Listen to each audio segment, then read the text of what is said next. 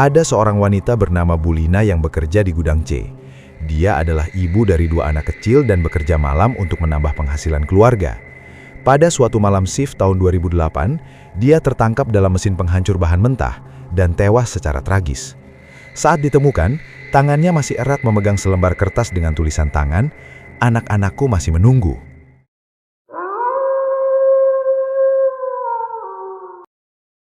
Assalamualaikum warahmatullahi wabarakatuh. Selamat datang di Arzen Podcast Horor.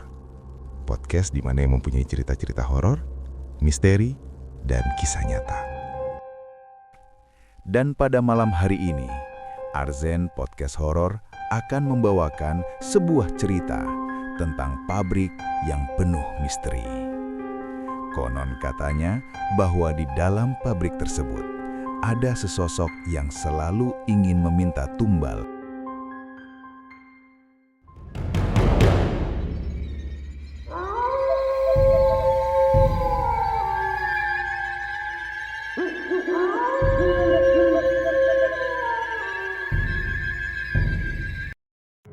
Ini adalah cerita yang saya alami sendiri pada tahun 2019. Ketika saya bekerja sebagai teknisi perawatan mesin di pabrik kertas sumber waras di pinggiran kota Majalengka. Pabrik ini berdiri sejak tahun 1980-an dan pernah ditutup selama 5 tahun karena insiden misterius yang tidak pernah dijelaskan secara jelas oleh manajemen. Saya diterima untuk shift malam, mulai pukul 23.00 hingga pukul 7 pagi. Gajinya tinggi, tapi ada aturan khusus yang harus diikuti. Jangan pernah masuk ke area gudang bahan mentah lama atau gudang C setelah pukul 00.00. Jika mendengar suara menangis atau nyanyi dari arah mesin lama, jangan pernah mencari sumbernya. Jika melihat sosok wanita mengenakan baju kerja putih yang berjalan di antara mesin, jangan menyapa atau mengikutinya. Setiap pukul 3, matikan semua mesin selama 10 menit dan tunggu di ruang istirahat kecil dekat pintu masuk utama. Pada minggu pertama kerja, semuanya terasa normal. Cuma ada satu rekan kerja lain di shift malam, Pak Slamet, seorang pria berusia 50-an yang sudah bekerja di sana sejak sebelum pabrik ditutup. Dia jarang bicara dan selalu melihat jam setiap saat seperti sedang menghitung waktu. Hanya sekali saja dia berbicara panjang pada malam pertama. Anak muda, gaji besar selalu ada harganya. Di sini, harganya bukan cuma kerja keras, tapi juga keberanian untuk menghadapi apa yang tidak bisa kita lihat dengan mata telanjang. Saya mengangguk saja, mengira itu hanya omongan tua-tua yang suka cerita seram. Pada minggu kedua, kejadian pertama terjadi. Pukul 00.30, saya sedang memeriksa mesin di area barat pabrik ketika mendengar suara nyanyi lagu anak-anak jadul, Bintang Kecil. Suaranya lembut tapi menusuk telinga, seolah datang dari jauh tapi juga sangat dekat. Saya ingat aturan dan mencoba fokus pada pekerjaan, tapi suara itu semakin jelas. Saat saya menoleh ke arah gudang C, melihat ada cahaya merah muda yang berkedip-kedip dari dalam. Saya hampir mau mendekat, ketika Pak Slamet tiba-tiba muncul di belakang saya dan menarik lengan saya dengan kuat. "Jangan pergi sana," ujarnya dengan suara serius. Dia sedang mencari pengganti. Pak Slamet kemudian menceritakan bahwa sebelum pabrik ditutup, ada seorang wanita bernama Bulina yang bekerja di gudang C. Dia adalah ibu dari 2 anak kecil dan bekerja malam untuk menambah penghasilan keluarga. Pada suatu malam shift tahun 2008, dia tertangkap dalam mesin penghancur bahan mentah dan tewas secara tragis. Saat ditemukan, tangannya masih erat memegang selembar kertas dengan tulisan tangan, "Anak-anakku masih menunggu." Setelah itu, banyak pekerja yang melihat sosoknya dan beberapa bahkan hilang tanpa jejak. Satu pekerja bernama Karto menghilang setelah mengatakan dia melihat Bulina memanggil namanya. Beberapa hari kemudian, sepatunya ditemukan di dekat mesin yang sama dengan yang menewaskan Bulina, tapi tubuhnya tidak pernah ditemukan. Pabrik akhirnya ditutup karena tidak ada yang mau bekerja lagi. Saya mengira itu hanya cerita rakyat pabrik, sampai malam berikutnya. Saat saya membersihkan bagian dalam mesin, saya merasakan ada tangan yang menyentuh bahu saya. Tangan itu sangat dingin, seperti es batu. Ketika saya menoleh, tidak ada orang pun di sana. Tapi di permukaan kertas yang baru keluar, ada bekas cap tangan kecil yang berwarna biru kehitaman. Malam itu, mesin di area tengah mengalami kerusakan dan harus diperbaiki segera. Saya bekerja sendirian karena Pak Slamet harus pergi ke ruang kontrol untuk mengambil alat. Pukul 2.45 saat saya sedang membongkar bagian mesin, merasakan ada orang yang melihat saya dari belakang. Saya menoleh dan melihat sosok wanita mengenakan baju kerja putih yang sudah lusuh dan berlumuran darah. Rambutnya panjang dan kusut, menutupi sebagian wajahnya. Tapi saya bisa melihat mata yang putih kebiruan dan mulut yang terbuka lebar seolah sedang menangis, tapi tidak ada suara keluar. Di lehernya ada tali mesin yang masih tergantung, dan di tangannya dia memegang selembar kertas yang basah. Saya beku tak bergerak. Dia mulai berjalan menuju saya dengan langkah lambat, tangan terentang ke depan. Saya ingin berlari, tapi kaki saya tidak bisa bergerak. Saat dia hampir menyentuh bahu saya, bunyi bel yang keras berbunyi. Itu adalah bel untuk mematikan mesin pukul 3. Sosok itu tiba-tiba menghilang seperti kabut yang terserap udara. Pak Slamet datang berlari dan menarik saya ke ruang istirahat. "Kamu tidak boleh bekerja sendirian setelah pukul 2, teriaknya. Di ruang istirahat, saya melihat dinding ada banyak tulisan yang tergores dengan sesuatu yang tajam. "Saya butuh pengganti. Kamu akan menjadi milikku. Anak-anakku perlu orang." Tulisan-tulisan itu ada di setiap sudut dinding, tapi sebelumnya saya tidak pernah melihatnya. Pak Slamet kemudian menunjukkan bekas luka di lehernya yang membentuk pola seperti tali mesin. "Saya hampir jadi salah satunya tahun lalu," katanya sambil menutupi bekas luka itu. "Hanya mereka yang bisa bertahan di shift malam selama lebih dari 3 bulan yang tahu rahasia sebenarnya." Pabrik ini dibangun di atas tanah yang dulu adalah pemakaman keluarga kuno. Bu Lina bukan satu-satunya yang ada di sini. Dia hanya yang paling terlihat karena dia tidak bisa pergi. Malam berikutnya, hal-hal semakin parah. Mesin-mesin mulai berjalan sendiri meskipun sudah dimatikan. Kertas yang keluar dari mesin ada tulisan darah yang tidak bisa dihapus dengan apapun. Tulisan itu adalah nama-nama pekerja yang pernah bekerja di pabrik dan hilang. Suara tangisan semakin sering terdengar, dan kadang-kadang saya mendengar suara anak-anak yang sedang bermain di area gudang. Saya bahkan menemukan sepatu kerja wanita yang sama dengan yang dikenakan sosok itu di dekat mesin tempat saya bekerja, padahal tidak ada wanita lain yang bekerja di shift malam. Ketika saya mengambil sepatu itu, saya merasakan ada suara yang berbisik di telinga saya. "Bantu aku, bantu anak-anakku." Pada malam ke-12 kerja saya, tepatnya tanggal 17 November, semuanya mencapai titik puncak. Pukul 1:30 malam, seluruh listrik pabrik padam, kecuali lampu merah di area gudang C yang menyala terang seperti mata binatang buas. Suara nyanyi menjadi sangat keras dan disertai suara mesin yang berputar dengan sangat cepat. Bahkan mesin yang sudah rusak dan tidak digunakan selama bertahun-tahun pun berjalan dengan kencang. Saya melihat Pak Slamet berlari menuju gudang C sambil membawa tas kecil yang tidak pernah saya lihat sebelumnya. Saya mengikutinya tanpa berpikir 2 kali. Meskipun hati saya berdebar kencang dan tubuh saya gemetar karena ketakutan. Di dalam gudang, saya melihat sosok Bu Lina berdiri di tengah mesin yang sedang berputar.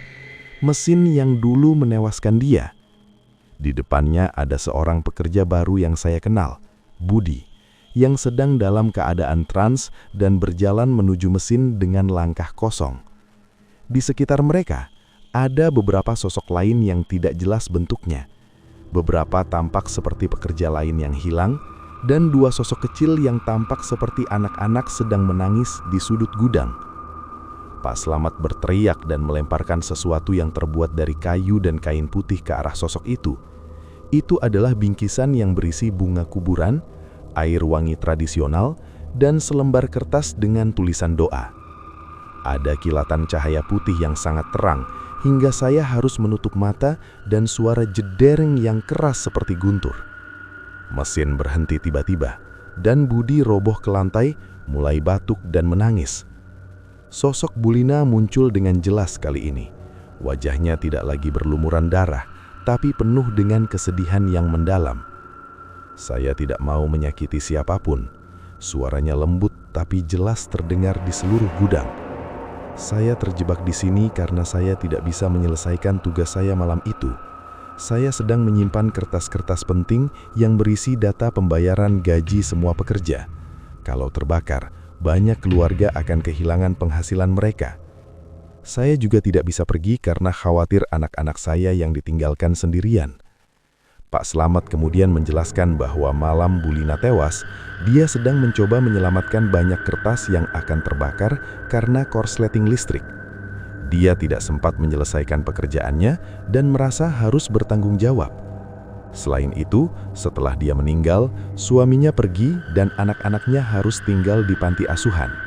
Hal ini membuat rasa bersalahnya semakin besar dan mengikatnya di tempat itu.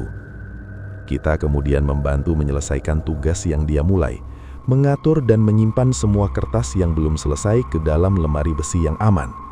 Saat kita bekerja, dua sosok anak-anak itu mendekat perlahan dan memegang ujung rok saya dengan tangan kecil yang hangat. "Kakak, tolong bantu kami menemukan ibu." Suara mereka seperti bisikan angin. Saat kita selesai menyimpan semua kertas pukul 4.30, sosok Bu Lina tersenyum lembut dan perlahan menghilang dalam cahaya putih yang lembut. Sebelum hilang, dia memberikan selembar kertas kepada saya. Kertas itu berisi alamat panti asuhan tempat anak-anaknya tinggal. Lampu listrik kembali menyala normal dan semua mesin berjalan dengan baik tanpa ada masalah. Sosok-sosok lain yang ada di gudang juga perlahan menghilang, seolah mereka akhirnya bisa pergi juga. Pagi harinya, saya dan Pak Slamet melaporkan kejadian itu ke manajemen. Mereka akhirnya mengakui bahwa mereka tahu tentang hal itu, tapi takut akan kerusuhan dan kerugian jika membiarkan kabar itu keluar. Setelah melihat bukti kertas-kertas yang kita selesaikan, yang ternyata memang berisi data penting yang hilang sejak tahun 2008, mereka sepakat untuk melakukan tindakan yang tepat. Pabrik kemudian melakukan upacara pembersihan yang dipimpin oleh tokoh agama lokal dan membangun monumen kecil untuk Bu Lina di halaman pabrik. Manajemen juga mengucurkan dana untuk panti asuhan tempat anak-anak Bu Lina tinggal dan bahkan memberikan beasiswa untuk mereka hingga kuliah. Saya sendiri sering mengunjungi anak-anak itu. Mereka tidak ingat banyak tentang ibunya, tapi selalu bilang merasa ada orang yang mengawasi mereka dari jauh. Saya bekerja di sana selama 6 bulan lagi sebelum pindah pekerjaan ke kota lain. Selama waktu itu, tidak ada kejadian misterius lagi. Shift malam menjadi tenang dan kadang-kadang saya bahkan bisa merasakan kehadiran yang lembut seolah sedang mengawasi dan melindungi pekerja yang sedang bekerja. Kadang-kadang, kertas yang keluar dari mesin ada gambar bintang kecil yang cantik, sama seperti lagu yang dulu dinyanyikan Bu Lina.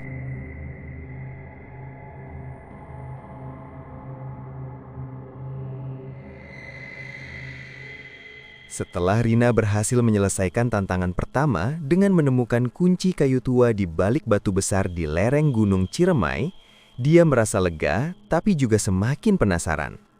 Jam di pergelangan tangannya menunjukkan sudah pukul 10 malam. Udara semakin dingin dan kabut mulai menyelimuti jalan setapak yang dia lalui. "Aku harus cepat menemukan tempat penyimpanan pusaka sebelum fajar," bisik Rina sambil menyinari jalan dengan senter milik kakeknya. Tiba-tiba, dia mendengar suara gemericik air di kejauhan. Mengikuti arah suara itu, dia menemukan sebuah sungai kecil yang mengalir jernih di antara rumputan tinggi. Di tepi sungai, ada sebuah dermaga kayu kecil yang tampak sangat tua, dengan sebuah papan tulis yang sudah lapuk bertuliskan, "Hanya bagi yang tahu nama sungai ini." Rina berpikir keras. Kakeknya pernah cerita bahwa sungai di kaki Gunung Ciremai yang menyimpan rahasia disebut Sungai Ciwalen. Dia segera mengucapkan namanya dengan lantang, dan seperti adanya sihir, dermaga kayu itu perlahan bergerak ke arah tengah sungai, membuka jalan menuju sebuah gua tersembunyi di bawah tebing.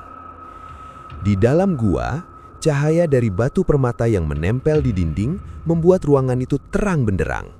Rina melihat sebuah meja batu dengan sebuah kotak kayu berukir rumit di atasnya. Tapi sebelum dia bisa mendekatinya, seekor ular hijau besar muncul menghadang jalannya.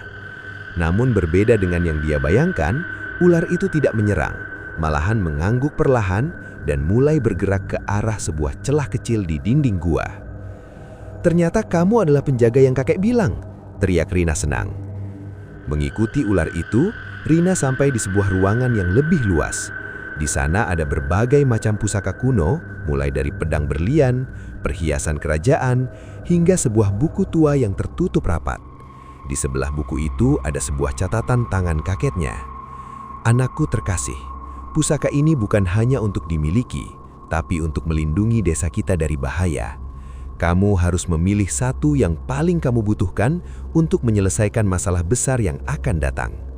Banjir besar akan menghampiri desa jika kita tidak punya cara untuk mengendalikan aliran air dari gunung." Rina merasa berat hati harus memilih hanya satu pusaka, tapi dia tahu tanggung jawabnya besar. Saat dia sedang memikirkan pilihan terbaik, dia mendengar suara orang-orang desa yang sedang memanggil namanya dari luar gua. Tampaknya kabar bahwa Rina pergi ke gunung sudah menyebar, dan mereka khawatir akan keselamatannya.